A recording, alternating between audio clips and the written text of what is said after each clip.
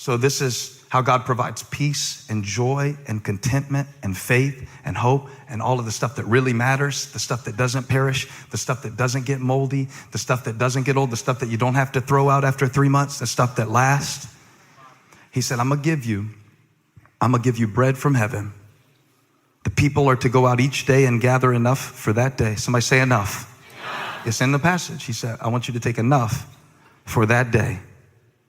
In this way, I will test them to see whether they will follow my instructions. I want to test them to see if they trust me. I want to know, do you trust me? Do you trust me enough to believe that I am enough?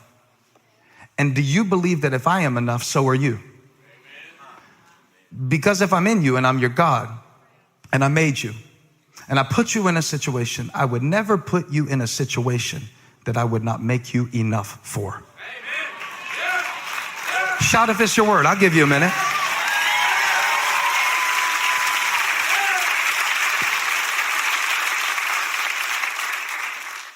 So he said, on the 6th day now, as they get ready for the Sabbath, I want them to prepare what they bring in, and that will be twice as much as they gather on the other days so that they don't have to work on the Sabbath. But it was kind of a system that they set up where it was like, get what you need for today. Our Father, who art in heaven, hallowed be your name. Your kingdom come, your will be done on earth as it is in heaven. Give us next week our daily bread. Give us last month our daily bread. You see how it can be two things? It can be your attachment to the past, where you remember what you used to eat in Egypt, or it can be your fixation on the future. That's the second thing that keeps you from receiving God's provision right now.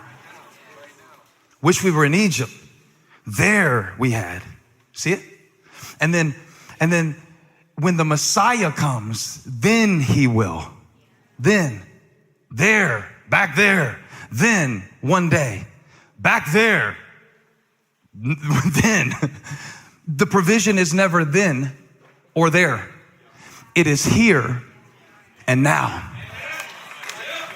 The provision is always here. The bread is always here. And what makes the bread enough is who touches it.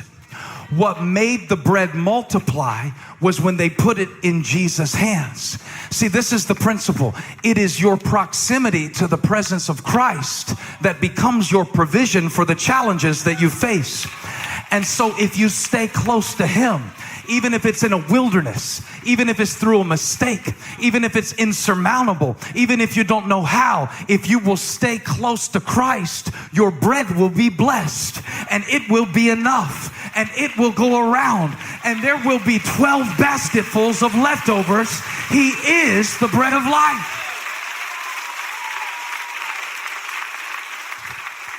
When they set up the tabernacle, they made a table with acacia wood, overlaid it with gold. The acacia wood is humanity. The gold is divinity. They put 12 loaves of bread, 6 stacks on each side to represent the covenant that God had with his people. 12 loaves, 12 tribes, 12 disciples, 12 basketfuls of leftovers. But they were not in the Holy of Holies. They were only close to it. They were right outside that place. It was called the table of showbread, or watch this, the bread of the presence. Presence. The bread of the presence. When it came into the temple, it was bread. But when it got close enough to the Holy of Holies, where the presence of God was, it became blessed. The closer it got to the presence of God, the less common it became. When it came in, it was just a loaf. But when it got close enough to the Holy of Holies, where the presence of Yahweh is, see, I'm trying to say, you don't have to be enough. All you have to do is get close enough to the one who is more than enough. And I declare, my God shall supply all your needs. Not one or two, not one day in the sweet by and by. Here, now is the bread of life. Where's my organ?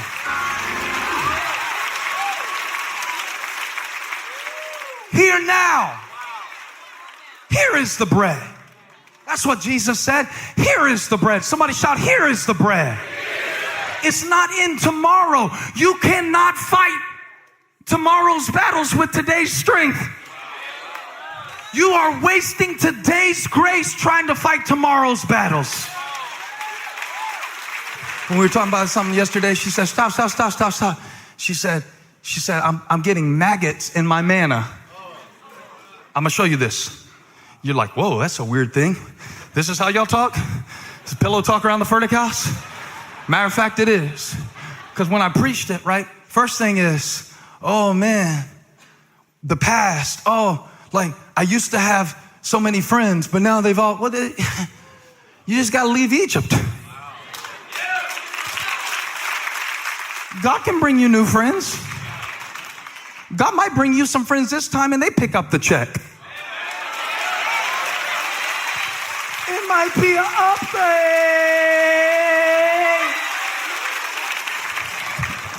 I don't know. But when in the wilderness, you gotta be able to trust and not be too attached to the past. And please don't quit your job over this message. I hate it. Everybody always hears what they want to hear. I'm talking about the paradigm of the past. Egypt thinking, where they hand you your food. So God's like, here's what I'm gonna do. I'm gonna rain down bread from heaven. And then it happened. He told Moses he was gonna do it. Then he did it. Now first he gave them meat in the evening to remind them of Egypt. He's like, I'm not doing that anymore. From now on, for the next 39 years, this is what you're gonna eat.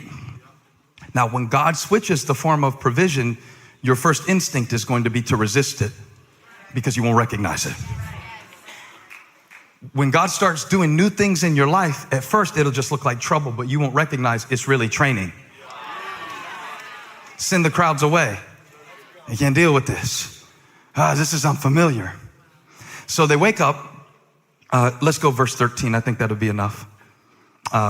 The evening quail came and covered the camp. In the morning, there was a layer of dew around the camp.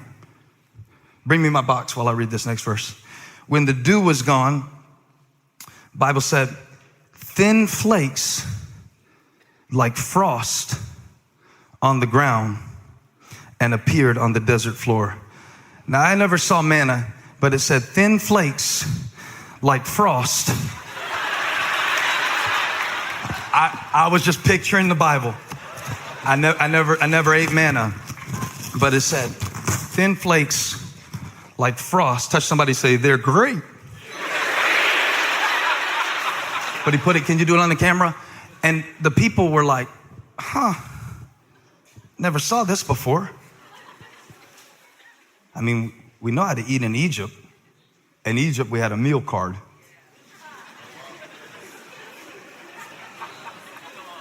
But sometimes you don't know how to receive something that God has given you because when you've never seen it, it's hard to receive it. Do you ever wonder why you sabotage yourself sometimes when you're starting to succeed at something? Because when frustration and failure is familiar to you, you will recreate it without even knowing that you're doing it.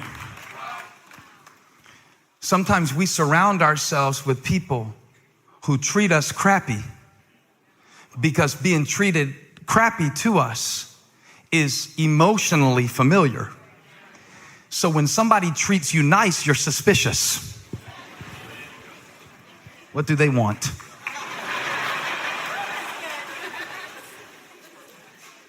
And like for me, I have a hard time believing that people could just like me. It's hard for me to believe because I think at some point during my life, I was like, well, if I preach good, or, you know, if I can generate a job, like I have all these staff members that I'm responsible for. So there's this feeling like you start thinking you're the bread after a while.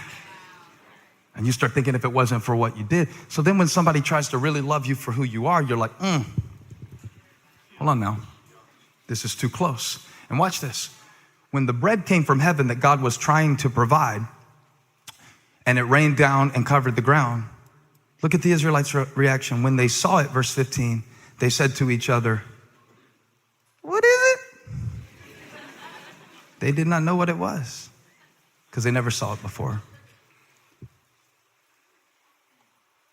Some of us are resisting the resource that God is sending into our life at this moment because we do not recognize it as his presence and his provision. Some of us right now have what we have been asking God for in a form that we don't recognize that is before us. And the trick is this, that God will give you this day your daily bread. Not there in Egypt, not then when Messiah comes, but here is the bread. I am the bread. The bread of presence is this. God, give me the grace in this moment. Now, if I try to reach back to my past mistake, I'll miss it. If I try to reach forward into my future and fixate on that and try to plan everything out, I will miss it. But here is the bread.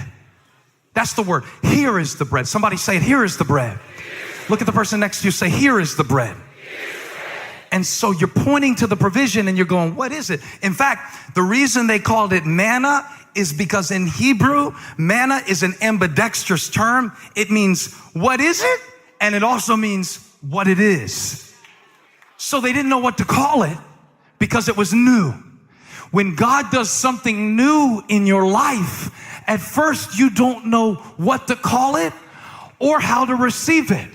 And what keeps you from receiving it sometimes is your past and sometimes is your future. So they named it manna. What is it? What it is. What is it? I don't know. It's what it is. But I know one thing. I know I am. So whatever it is, I am is in the middle of it, working it out for a purpose that is beyond my human perspective. Here is the bread. Here is the bread.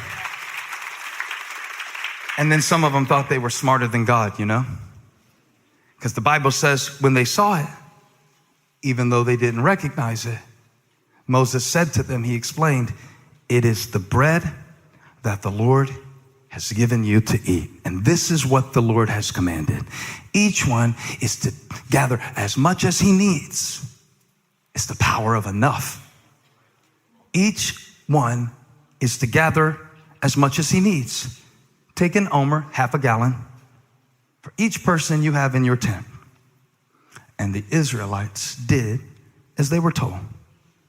Give us this day our daily bread. Some gathered much, some little. And when they measured it by the omer, he who gathered much did not have too much. I like that.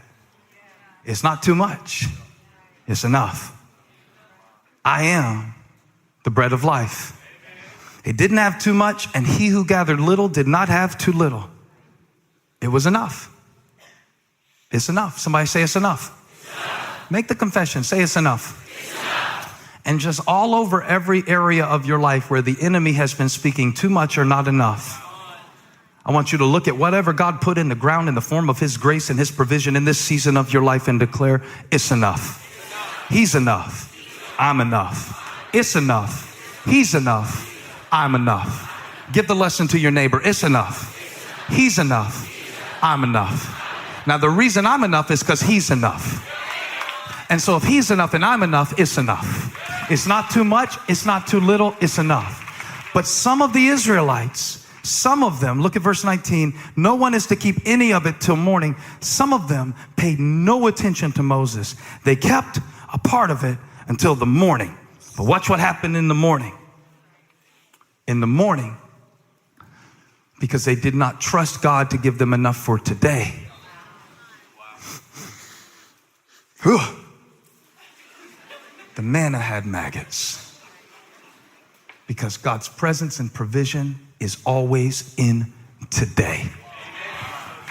Your stress, your ulcer, your sleeplessness, much of it is because you are letting maggots get in your manna.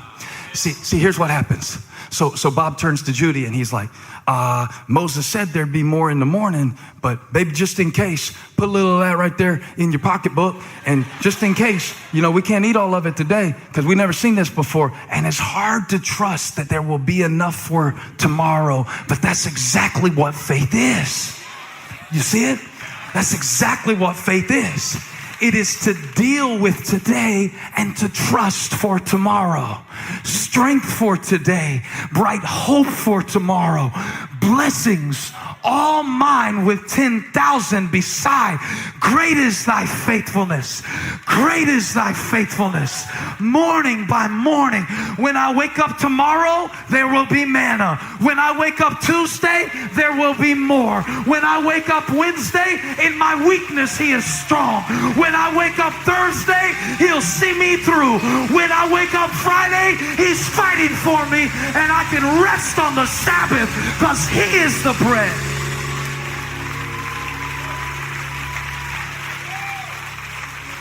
And I break the spirit of not enough off of your life today. I break the spirit of I can't and I'll never. I break that spirit in the name of Jesus. Here is the bread. He is the bread.